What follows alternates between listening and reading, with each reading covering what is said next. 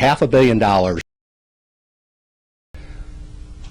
The plant should reopen. We've just spent $500 million. The third is that this requires a significant resource commitment on the part of the NRC and of the licensee. $500 million. Column 5, if I'm defining this correctly, would be for plants that we consider We've just spent unsafe. $500 million. Set that aside.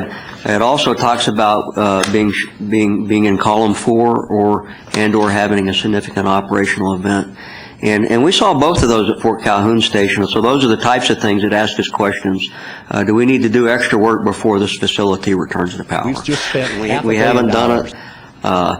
So we never actually got to ask ourselves, was the facility unsafe or not? $500 million. You mentioned that there were multiple repetitive degraded cornerstones. I wonder how the plant reached that state. I mean, I thought part of the agencies adopting the ROP is that there would be early warning that things are not going well.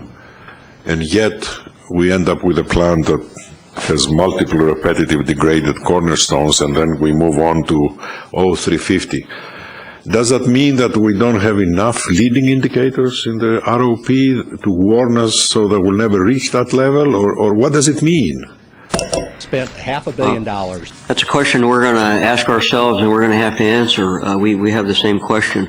So that's, I mean, the site had a degraded cornerstone in 2007, 2008. Here we said 2010, another degraded cornerstone, same cornerstone.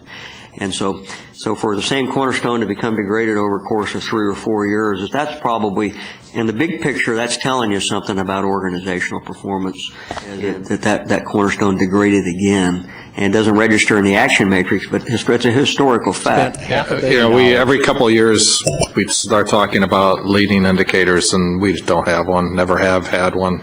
I hope someday we will, but it's not on the horizon. So we've just spent $500 million.